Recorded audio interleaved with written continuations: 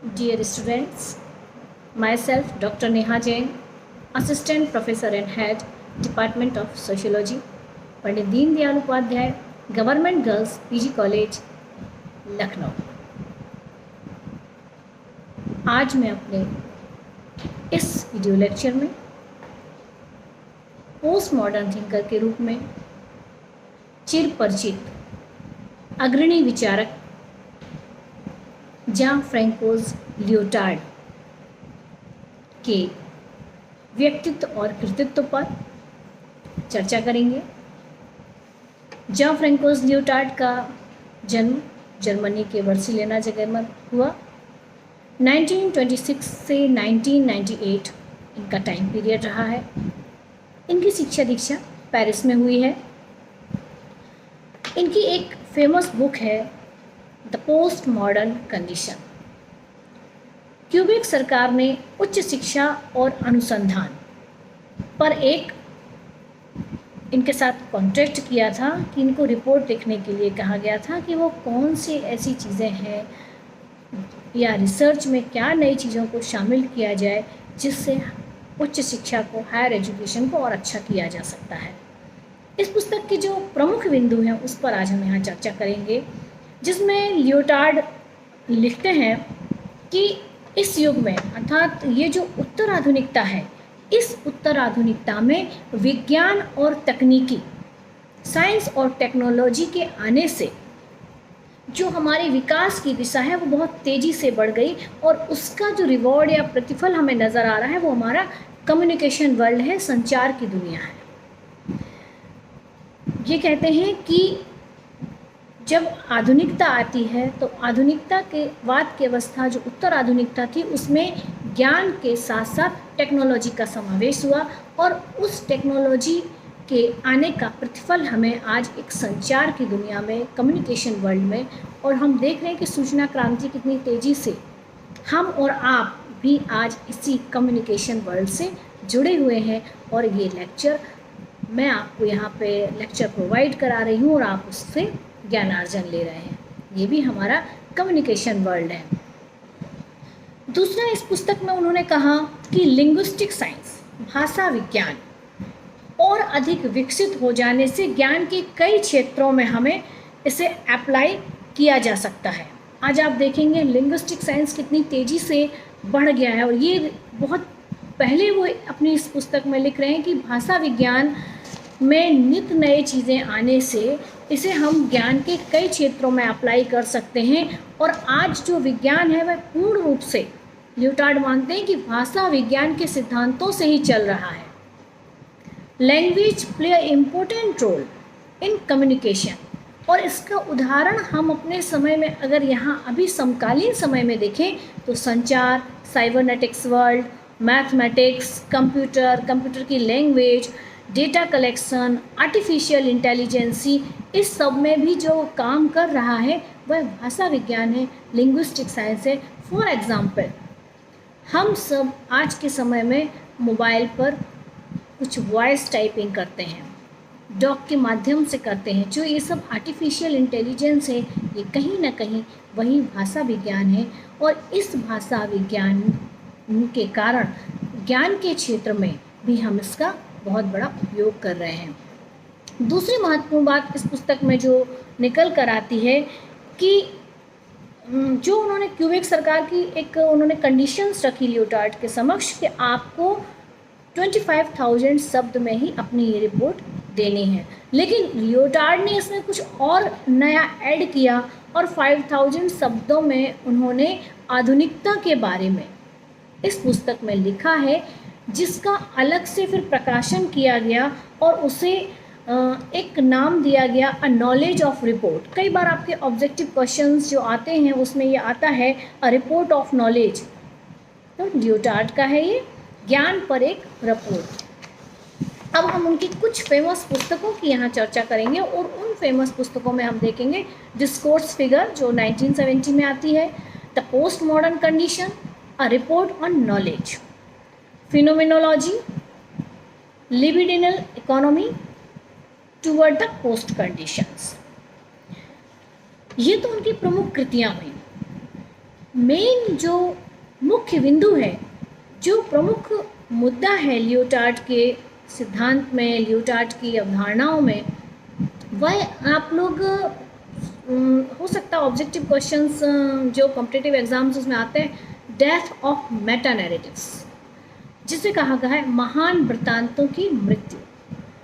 इस पर उन्होंने विशद चर्चा की और आज इसी पर हम आपसे बात करेंगे कि ये महान वृत्तांत क्या है, डेथ ऑफ मेटा नैरेटिव्स क्या है, क्योंकि शब्द बहुत सारे स्टूडेंट्स को कंफ्यूज करते हैं या शब्दों की जब समझ नहीं होती है तो कोई भी चीज़ हमें थोड़ी सी कठिन लगती है। मैं प्रयास करूंगी कि आपको ये समझ में आए।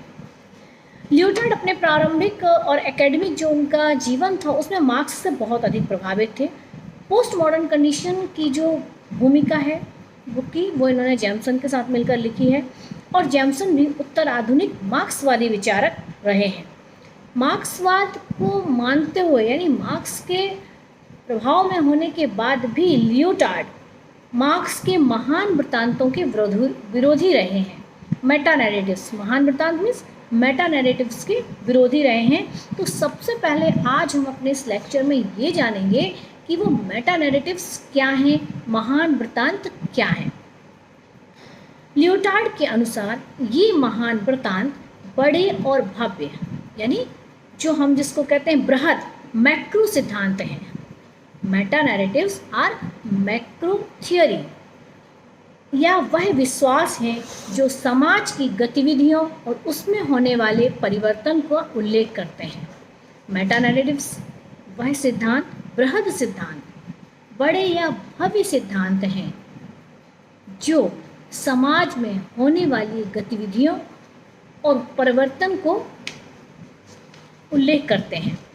मार्क्सवाद और प्रकार्यवाद, अगर हम देखें तो मेटा नैरेटिव्स के उदाहरण हमारे सामने हैं। मार्क्सवाद, मार्क्सिज्म, नव प्रकारवाद नहीं, प्रकार्यवाद, फंक्शनलिज्म, प्रकार्यवाद, ये हमारे एग्जाम्पल हैं किसके, मेटा नैरेटिव्स के, महान वृत्तांतों के। उत्तर आधुनिकता ऐसे महान वृत्तांतों को अस्वीकार करती है। Post modernity denied the Meta narratives such as Marxism and functionalism। और किस तर्क के साथ? उनका यह तर्क है कि मानव समाज में जो बुनियादी सत्य है, जो रियलिटी है, उसकी पहचान ये महान वृत्तांत, ये मेटा नैरेटिव्स नहीं कर सकते हैं। Meta narratives are unsuccessful to know the reality of, to know the ground reality of society. Meta narratives not accepted in postmodernity, such as functionalism, Marxism, because meta narratives are unable to understand the reality of life. यही Leotard कहते हैं, यहीं पर वह marks के विरोधी हो जाते हैं, क्योंकि महान वृत्तांतों को लियोटार्ड, जो हमारे मैक्रो थ्योरीज हैं, महान वृत्तांत हैं, उनको पूरी तरह अस्वीकार करते हैं। कुछ उनके तर्क हैं किस कारण वह महान वृत्तांतों को अस्वीकार करते हैं। लियोटार्ड कहते हैं ज्ञानोदय अर्थात इनलाइटमेंट के बाद आधुनिक समाज आया, जो मॉडर्न सोसाइटी आई, और आधुनिक समाज में ज्ञान को विज्ञान से जोड़ दिया गया। आधुनिक समाज में ज्ञान को विज्ञान से जोड़ दिया गया, और विज्ञान का अर्थ एक ऐसे ज्ञान से लिया गया। आप विज्ञान के परिभाषाएं जब पढ़ते हैं तो उसमें देखते हैं ऑब्जेक्टिविटी। विज्ञान का अर्थ एक ऐसे ज्ञान से लिया गया जिसमें वस्तुनिष्ठता हो, ऑब्जेक्टिविटी हो। वस्तुनिष्ठता के साथ साथ उसमें तटस्थता, इम्पार्शियल हो, और यही वस्तुनिष्ठता और तटस्थता के ज्ञान को लियोटार्ड अस्वीकार करते हैं। और ऐसे ही ज्ञान वह कहते हैं हमें महान वृत्तांतों के रूप में मिलता है। एक शब्द आया ऑब्जेक्टिविटी, वस्तुनिष्ठता। विज्ञान की एक प्रमुख विशेषता है ऑब्जेक्टिविटी या वस्तुनिष्ठता। जो वस्तु जिस रूप में है हम उसको उसी रूप में देखते हैं, उसकी उसी रूप में व्याख्या करते हैं, उसे हम ऑब्जेक्टिविटी कहते हैं, वस्तुनिष्ठता कहते हैं। लियोटार्ड कहते हैं कि महान वृत्तांतों में वस्तुनिष्ठता और तटस्थता ऑब्जेक्टिविटी और इम्पार्शियलिटी, ये दोनों चीज़ें होती हैं और इसीलिए वह महान वृत्तांतों को अस्वीकार करते हैं। महान वृत्तांत यानी जो मेटा नैरेटिव्स हैं उसके प्रति उनका जो विश्वास नहीं है उसके भी कुछ कारण हैं। No credibility in Meta narratives, ये लियोटार्ड कहते हैं। लियोटार्ड मानते हैं कि आज ज्ञान का स्वरूप जो है वह पूरी तरह से चेंज हो गया है और महान वृत्तांतों में हमें जिस ज्ञान को प्रतिपादित किया गया है वह या तो वैयक्तिक है, राजनीतिक है, मिथ्स हैं, नैतिक है और धार्मिक है।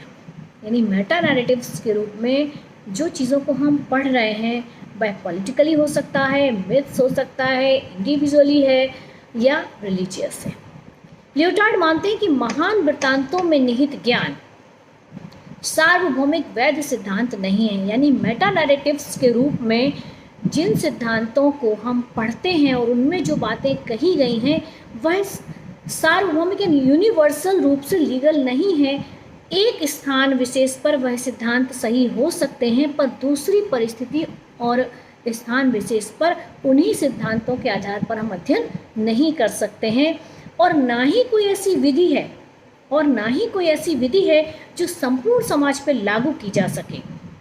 ये सिद्धांत, ये थ्योरीज जो हैं जिन्हें हम वृत्तांत मेटा नैरेटिव्स कह रहे हैं, महान वृत्तांत कहा गया है, ये कहते हैं लोकल लेवल पर हैं, स्थानीय हैं और इनका उद्देश्य कुछ लोगों को सुख सुविधाएं प्रदान करना है। यानी मेटा नैरेटिव्स स्थानीय हैं, लोकल हैं, ये सार्वभौमिक वैध सिद्धांत नहीं हैं जिनके आधार पर हम समाज की वास्तविकता को समझें या ग्राउंड रियलिटी को हम समझ सकते हैं। दूसरा ये कहते हैं meta narratives promote industrial and occupational growth. Meta narratives का जो उद्देश्य है, महान वृत्तांतों का जो उद्देश्य है वह औद्योगिक व व्यावसायिक वृद्धि करना है। लियोटार्ड मानते हैं कि आधुनिक काल में वैज्ञानिक ज्ञान में जो वृद्धि हुई उसके कारण औद्योगिक विकास भी हुआ।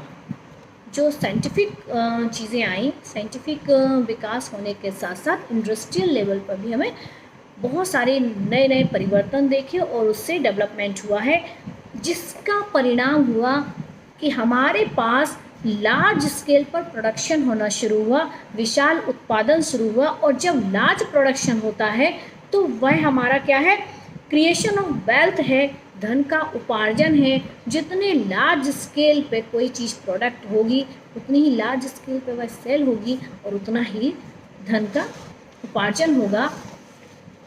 तीसरा वह कहते हैं कि जो मेटा नैरेटिव्स हैं वो suffers from low values. Meta narratives suffers from low values यानी लो मतलब हीन मूल्यों से पीड़ित हैं। महान वृत्तांत हीन मूल्यों से पीड़ित हैं कि आधुनिक ज्ञान ने जिस विकास को जिस प्रकार परिभाषित किया है वह महान वृत्तांतों के कारण ही, क्योंकि महान वृत्तांत ने मनुष्य को, मेटा नैरेटिव्स ने मनुष्य को बहुत महत्वाकांक्षी बना दिया है।